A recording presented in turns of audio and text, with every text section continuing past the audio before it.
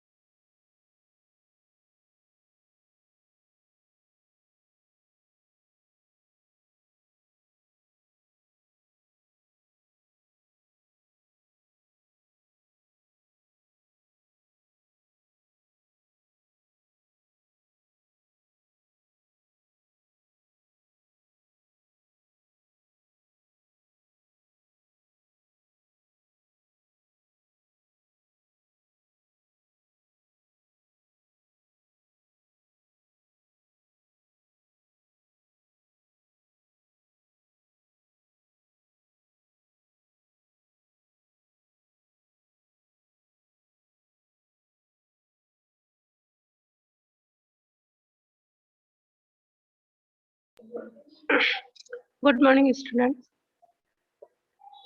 Good morning ma'am. Good morning ma'am. Good morning. आप लोगों को आवाज आ रही है क्लियर? Yes ma'am. ओके, तो हम पिछली क्लास में जनसंचार माध्यम पढ़ रहे थे।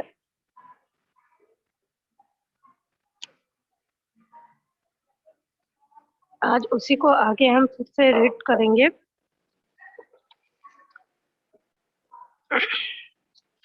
जनसंचार को मैंने समझाया था कि संचार किसे कहते हैं। हमें जनसंचार को समझने के लिए पहले संचार को समझना होगा। तो संचार के मूल में चर धातु है, जिसका अर्थ होता है विसरण करना, पर यहाँ पर विसरण करना मनुष्य का नहीं है, संदेश का है। एक स्थान से दूसरे स्थान में जाना, और वह विचरण संदेशों का है। मानव के संदेशों को एक स्थान से दूसरे स्थान तक पहुंचाना, ये इस संचार को हम जान रहे थे। उस दिन मैंने आपको संचार माध्यम से आप क्या समझते हैं ये समझा था। संचार के मूल तत्वों पर विचार कीजिए। तो मैंने 4 मूल तत्व इसके बताए थे आपको। संचारक या स्रोत, संदेश या कूटीकरण, संदेश या कूटवाचन, और प्राप्तकर्ता। ये 4 बताया था मैंने, जिसमें से संचारक या स्रोत किसी संदेश को भेजने वाला संचारक या स्रोत कहलाता है। उसका प्रथम गुण यही है कि वह भाषा की स्पष्टता करे, और दूसरा गुण उसका होता है कि वह संदेश को प्राप्तकर्ता के अनुकूल भाषा को कूटीकृत करने की क्षमता रखता हो। दूसरा था कूटीकरण संदेश या कूटीकरण, जिसे हम एनकोडिंग या भाषाबद्ध भी कहते हैं। तो इसमें प्राप्तकर्ता को समझाने योग्य कूटों में संदेश को बांधना कूटीकरण या एनकोडिंग कहलाता है। इसी में कूटीकरण सफल तभी होगा जब संप्रेषण बिल्कुल स्पष्ट हो, संचारक जो कहना चाहता है प्राप्तकर्ता संदेश को उसी रूप में ग्रहण करे। तीसरा बताया था मैंने संदेश या कूटवाचन, जिसे हम डिकोडिंग या भाषा ग्रहण करना कहते हैं। इसमें कूटीकरण की उल्टी प्रक्रिया चलती है। इसके लिए प्राप्तकर्ता भी कोड का वही अर्थ समझे जो संचारक समझता हो। और लास्ट में था प्राप्तकर्ता, यह प्राप्त संदेश या कूटवाचन अर्थात उसकी डिकोडिंग करता है। डिकोडिंग अर्थात प्राप्त संदेश में निहित अर्थ को समझने की कोशिश करना। मतलब प्राप्तकर्ता संदेश को लेकर फिर हमें उसका फीडबैक देता है, मतलब उसे समझाता है। और संदेश को समझने के बाद जब वह प्रतिक्रिया करता है तो हमें पता चलता है कि हमारा संदेश सफल हुआ। आगे देखते हैं हम।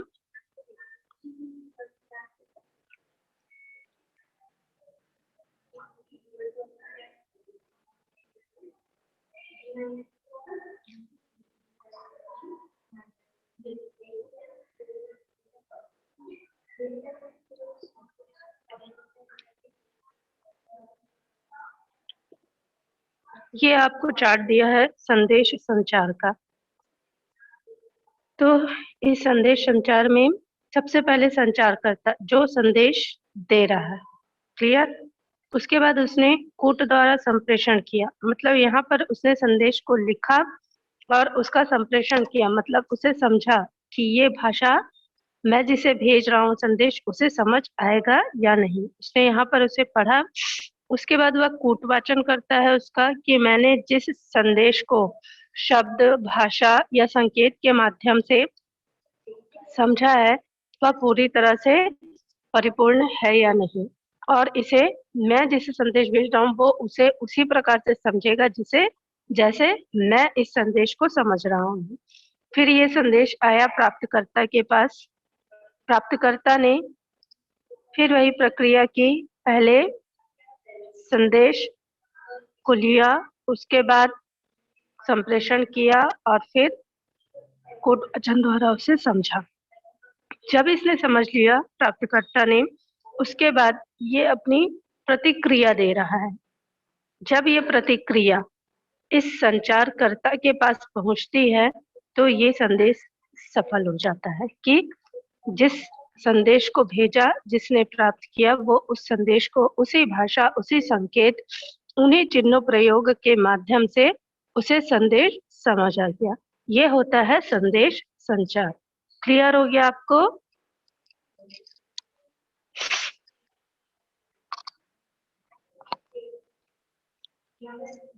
फिर फीडबैक।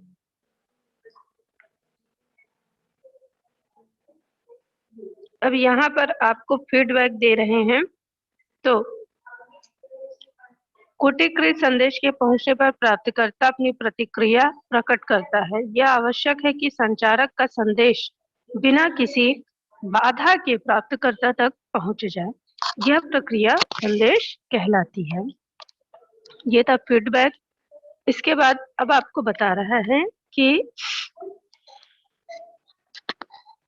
संचार के कितने प्रकार हैं। तो संचार को 6 प्रकार बताया है। पहला सांकेतिक संचार, दूसरा मौखिक संचार, तीसरा अमौखिक संचार, चौथा अंतःवैयक्तिक संचार, पांचवा समूह संचार और छठवा जनसंचार। सांकेतिक संचार सबसे पहला दिया है आपको संचार के प्रकारों में। तो सांकेतिक संचार वह होता है जिस संदेश को हम संकेतों के माध्यम से, जैसे हाथ जोड़कर, पांव छूकर, हाथ मिलाकर, मुट्ठी कसकर, सिग्नल देना, लाल एवं हरी बत्ती का प्रयोग, इस तरह से जो संकेत के द्वारा हम जो संदेश देते हैं ये सांकेतिक संचार के अंतर्गत आता है। उसी तरह दूसरा बता रहा है आपको मौखिक संचार। तो मौखिक संचार मुख द्वारा व्यक्त ध्वनियों के माध्यम से जो संदेश पहुंचाया जाता है उसे मौखिक संचार कहते हैं। मतलब इसमें मुख का प्रयोग होता है, जैसे हम आपसे बातचीत कर रहे हैं, टेलीफोन के माध्यम से बातचीत कर रहे हैं या किसी सभा में भाषण दे रहे हैं, ये मौखिक संचार के अंतर्गत आता है। फिर है अमौखिक संचार। मौखिक संचार के अतिरिक्त अन्य सभी प्रकार के संचार साधन, जितने भी फिर संचार साधन है वो सारे अमौखिक संचार साधन के अंतर्गत आ जाते हैं, जैसे लिखित संचार, सांकेतिक संचार, चित्र फिल्म संचार, ये सारे संचार अमौखिक संचार के अंतर्गत आएंगे। इसके बाद आपको बता रहा है अंतःवैयक्तिक संचार। तो अंतःवैयक्तिक संचार वो संचार है जब एक व्यक्ति स्वयं अपने आप से बातचीत करता है और उस पर वह संदेश लिखता है। जैसे मनुष्य अकेला होता है तो अपने से बातचीत करता है, और यह भाषा और जो स्मृतियां उसकी रहती है वह उसको गीतों के माध्यम से, पाठ के माध्यम से, कविताओं के माध्यम से लिखता है। तो ऐसे संचार को हम अंतःवैयक्तिक संचार कहते हैं। जैसे इसमें आएगा डायरी लेखन, आत्मपरक व्यक्तिगत कविताएं इत्यादि।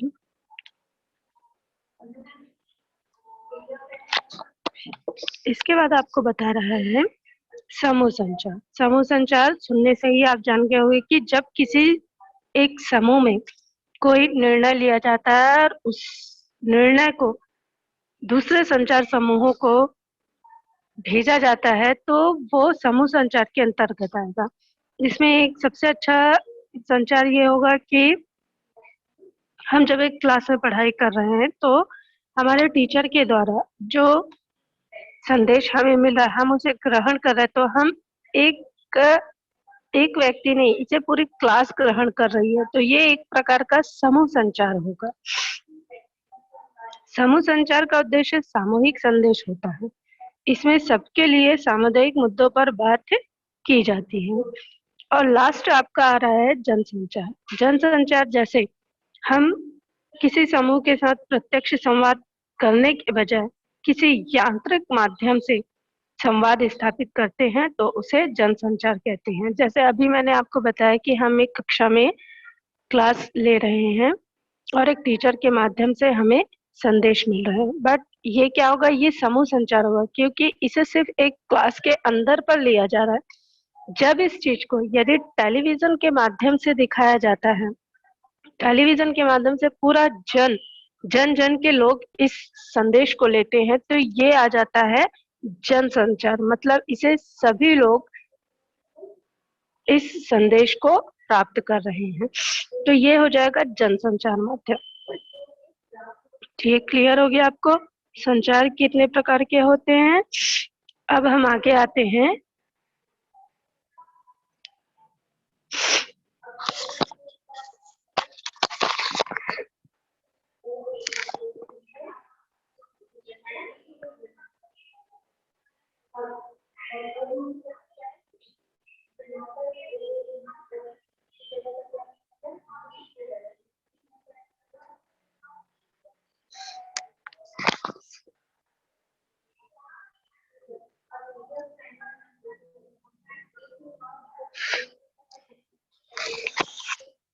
अब देखिए, आपको बता रहा है कि जनसंचार की प्रमुख विशेषताओं को लिखिए। तो इसकी प्रमुख विशेषताएं होती है सार्वजनिकता, अत्यधिक व्यापकता, औपचारिक संगठन, द्वारपालों का नियंत्रण और प्रतिक्रिया।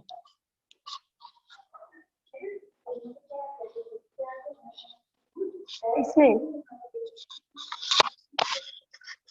सार्वजनिकता, जनसंचार में जनसंचार की प्रकृति सार्वजनिक होती है। इसमें संचारक और प्राप्तकर्ता के साथ किसी प्रकार का प्रत्यक्ष या सीधा संबंध होता है, अर्थात एक ही कार्यक्रम एक ही समय में देश विदेश के अनेक नगरों में अनेक वर्गों के लोग देख रहे होते हैं। इन कार्यक्रम, ये जिस तरह के कार्यक्रम होते हैं, जैसे एक ही कार्यक्रम को हर जगह पर देखा जाता है, तो ये सार्वजनिकता के अंतर्गत आ जाएगा।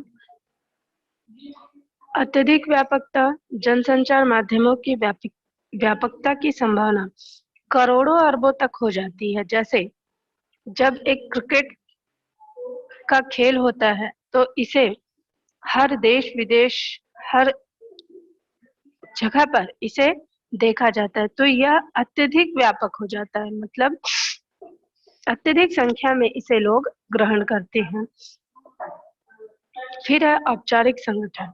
जनसंचार के सभी माध्यम किसी एक व्यक्ति द्वारा नहीं अपितु एक औपचारिक संगठन द्वारा चलाए जाते हैं। जैसे समाचार पत्र, विभिन्न प्रकाशन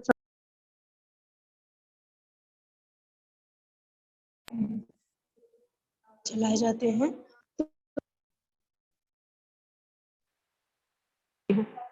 समाचार पत्रों के संपादक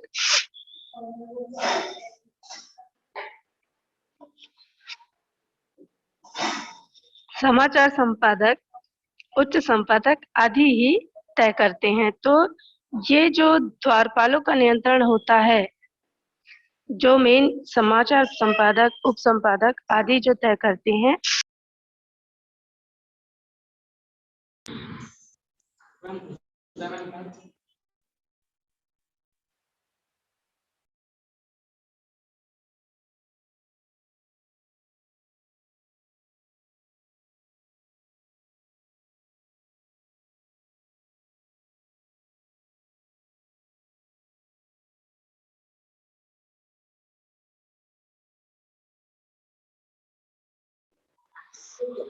अब आगे है प्रतिक्रिया। जनसंचार के माध्यमों से प्रकाशित या प्रसारित सामग्री की प्रतिक्रिया तुरंत नहीं मिलती। प्रायः विविध प्रकार के सर्वेक्षणों या श्रोताओं अथवा दर्शकों के पत्रों के माध्यम से ही इनकी लोकप्रियता या अरोचकता का ज्ञान होता है। जैसे संचार ये होता है प्रतिक्रिया या फीडबैक का अभाव। तो ये था जनसंचार की विशेषताएं। अब इनके कार्य, जनसंचार के प्रमुख कार्य क्या होते हैं? तो सबसे पहले जनसंचार का कार्य होता है सूचना देना, उसके बाद वो शिक्षित करना, फिर मनोरंजन करना, फिर निगरानी करना और लास्ट होता है इनका विचार विमर्श करना। ये सबसे पहले जनसंचार माध्यमों का कार्य होता है कि ये सूचना देते हैं। जैसे समाचार पत्र, दूरदर्शन, इंटरनेट के द्वारा हम तक ये सूचना देते हैं। उसके बाद ये जनता को शिक्षित और सजग बनाती है। उसके बाद ये रेडियो और दूरदर्शन के आविष्कार के बाद भारत की अधिकांश जनता इलेक्ट्रॉनिक संचार माध्यमों का उपयोग मनोरंजन के लिए करती है। जनसंचार समाज की किसी भी समस्या के विरुद्ध जनमत तैयार करते हैं। जैसे सरकार के विरुद्ध, धर्म केंद्र या किसी संस्था के अनैतिक कार्यों के विरुद्ध ये जनमत बनाते हैं। जनसंचार माध्यम योजना पूर्वक किसी मुद्दे को व्यापक महत्व देकर समाज को किसी खास दिशा में मोड़ देने का कार्य करता है। फिर ये विचार विमर्श, जनसंचार के जो माध्यम रहते हैं उनके विभिन्न मतों पर विचारों का आदान प्रदान भी करते हैं।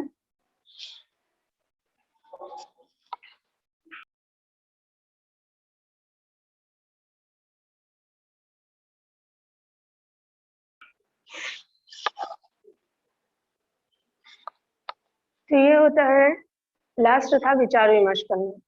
एक और मुख्य संपादक संपादकीय लिखकर तथा प्रसिद्ध लेख प्रकाशित कर जनता को प्रभावित करते हैं।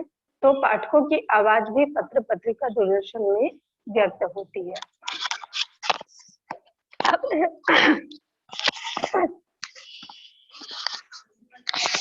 अब आपका जनसंचार के प्रमुख माध्यम कौन कौन से हैं? तो हम जनसंचार के माध्यम में पहुंचते हैं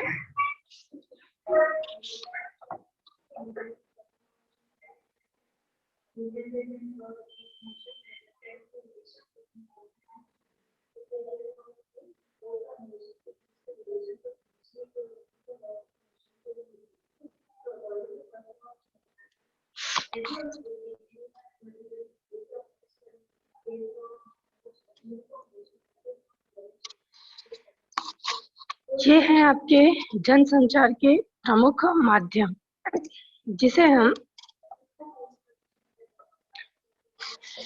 इस चार्ट के माध्यम से समझते हैं। देखिए, आधुनिक जनसंचार मतलब जनसंचार माध्यम ही है। ये इसके 3 खंड किए गए हैं, 3 भागों में से बांटा गया है। पहला है डाकतार माध्यम, दूसरा है प्रिंट या मुद्रण माध्यम और तीसरा है इलेक्ट्रॉनिक माध्यम। आधुनिक जनसंचार को 3 इसमें विभक्त किया गया।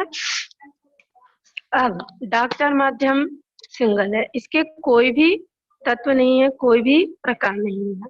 ये जो प्रिंट या मुद्रण माध्यम है, इसके प्रकार में, ये प्रिंट या मुद्रण माध्यम के प्रकार में आपको बताया है। इसके अंतर्गत आएगा समाचार पत्र, पत्रिकाएं और हैंडबिल, पैम्फलेट। ये हो गया।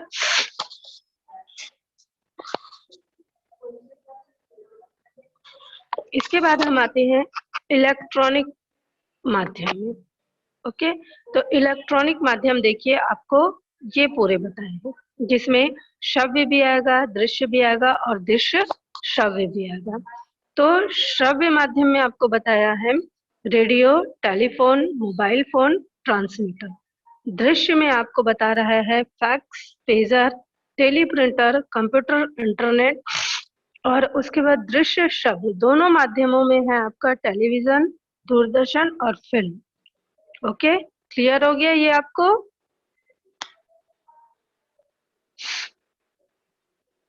Yes ma'am. ये चार्ट समझ आया आपको आधुनिक जनसंचार माध्यम का? Yes ma'am. Yes ma'am. Okay, कोई डाउट है इसमें आपको?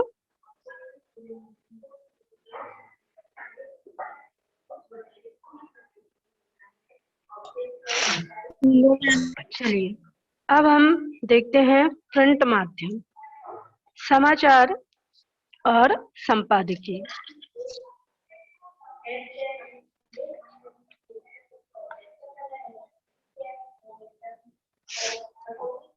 प्रिंट माध्यम में आपको सबसे पहले हम समझते हैं कि प्रिंट मीडिया का आशय क्या है। छपाई वाले संचार माध्यम, इसे मुद्रण माध्यम भी कह सकते हैं। इसके कुछ रूप दिए जाते हैं, जैसे समाचार पत्र, पत्रिका, पुस्तकें, इश्तिहार। समाचार पत्र के कार्यों को 3 विभागों में बांटा जाता है। जैसे समाचारों को संकलित करना, सबसे पहला काम होता है समाचार पत्र का कि समाचारों को संकलित करना। फिर सेकंड काम होता है उनका संपादन करना। तीसरा काम होता है मुद्रण और प्रसारण करना। तो ये था समाचार पत्र प्रिंट मीडिया से कि इनके कार्य क्या होते हैं। ये सबसे पहले समाचारों को संकलित करते हैं, फिर उसमें से उनका संपादन करते हैं और उसके बाद फिर मुद्रण और प्रसारण का कार्य किया जाता है। इसके बाद पत्रकारिता शब्द का आरंभ किस विधा से हुआ था? तो इस पत्रकारिता शब्द का आरंभ समाचार पत्र और पत्रिकाओं से हुआ। जैसे आजकल रेडियो में, दूरदर्शन में नेट समाचार भी इसके अंतर्गत आते हैं। समाचारों को संकलित करने वाले को हम संवाददाता के नाम से पुकारते हैं। ध्यान रखिएगा कि समाचार को जो संकलित करते हैं उसे हम संवाददाता के नाम से पुकारते हैं। और समाचार को छपने योग्य बनाने के लिए संपादकीय विभाग का ही हाथ होता है। हिंदी का पहला समाचार पत्र 1826 ईस्वी में पंडित जुगल किशोर शुक्ल द्वारा कोलकाता से प्रकाशित किया गया। आजादी के पहले पत्रकार हुए थे भारतेंदु हरिश्चंद्र, महात्मा गांधी, लोकमान्य तिलक, मदन मोहन मालवीय। इसके अलावा अन्य भी थे। और आजादी के पूर्व जो समाचार पत्र थे वो थे केसरी, हिंदुस्तान, सरस्वती, हंस, कर्मवीर, आज, प्रताप, प्रदीप, विशाल, भारत आदि। इन नामों से पहले आजादी के पूर्व समाचार पत्र और पत्रिकाएं आते थे। आजादी के आंदोलन के बाद भारतीय पत्रकारिता का एक ही लक्ष्य था कि स्वाधीनता प्राप्ति और राष्ट्र निर्माण। यह लक्ष्य आजादी पाने के 2 दशकों तक भी बना रहा। उसके पश्चात पत्रकारिता का लक्ष्य व्यावसायिकता हो गया। आजादी के बाद प्रमुख पत्र पत्रिकाएं निम्नलिखित थी: नवभारत टाइम्स, जनसत्ता, नई दुनिया, हिंदुस्तान, राजस्थान पत्रिका, अमर उजाला, दैनिक भास्कर, दैनिक जागरण। ये सारे आजादी के बाद के हैं। ये था आपका प्रिंट माध्यम इंटरनेट के जरिए। और इसके बाद हम आते हैं इंटरनेट जो है वो अन्य संचार माध्यमों से किस प्रकार भिन्न है। तो इंटरनेट जनसंचार का सबसे खुला, व्यापक और बहुआयामी माध्यम है। इसमें मुद्रण, ध्वनि, रेडियो, दृश्य, बहुआयामी माध्यम है। इसमें मुद्रण, ध्वनि, रेडियो, दृश्य, दूरदर्शन, फिल्म आदि सभी प्रकार के संचार माध्यमों का संगम होता है। इनका व्याप एक साथ विश्व भर तक होता है। इसके विश्वव्यापी जाल www के माध्यम से आप पल भर में पूरे विश्व के ज्ञान और मनोरंजन का अंग बना जा सकता है। इसके माध्यम से व्यक्ति केवल पाठक, श्रोता या दर्शक ही नहीं रहता, वह भी संचार प्रणाली का प्रसारक बन सकता है, उसका अंग बन सकता है। वह इसके माध्यम से बातचीत भी कर सकता है और अपनी प्रतिक्रिया व्यक्त कर सकता है, ब्लॉग बना सकता है, अपने संदेश विश्व भर में पहुंचा सकता है। ये था इंटरनेट का अन्य संचार माध्यमों से किस प्रकार भिन्न है। फिर है पत्रकारिता। देश विदेश में घटने वाली घटनाओं को संकलित करके उन्हें समाचार के रूप में संपादित करने की विधा को पत्रकारिता कहते हैं। पत्रकारिता के विविध आयाम हैं: संपादकीय, फोटो पत्रकारिता, कार्टन कोना और रेखांकन और कार्टोग्राफ। तो ये था आपका प्रिंट माध्यम और पत्रकारिता। आपको समझ आया ये? Yes ma'am. और किसी को कुछ पूछना है? किसी को कुछ डाउट है? No ma'am. No ma'am. Okay. ये जो आधुनिक जनसंचार माध्यम का आपको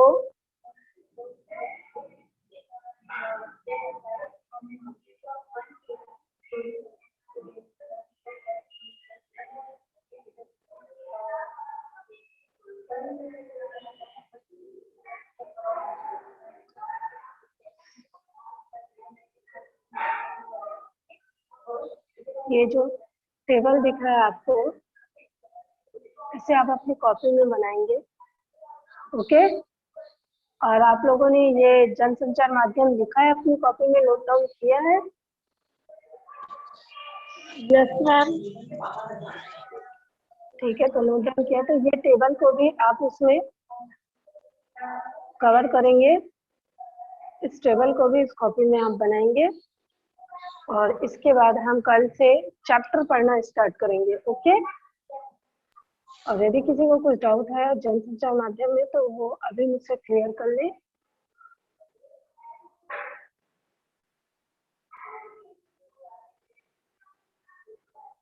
ओके, तो हम क्लास को यहीं पर एंड करेंगे और नेक्स्ट क्लास में हम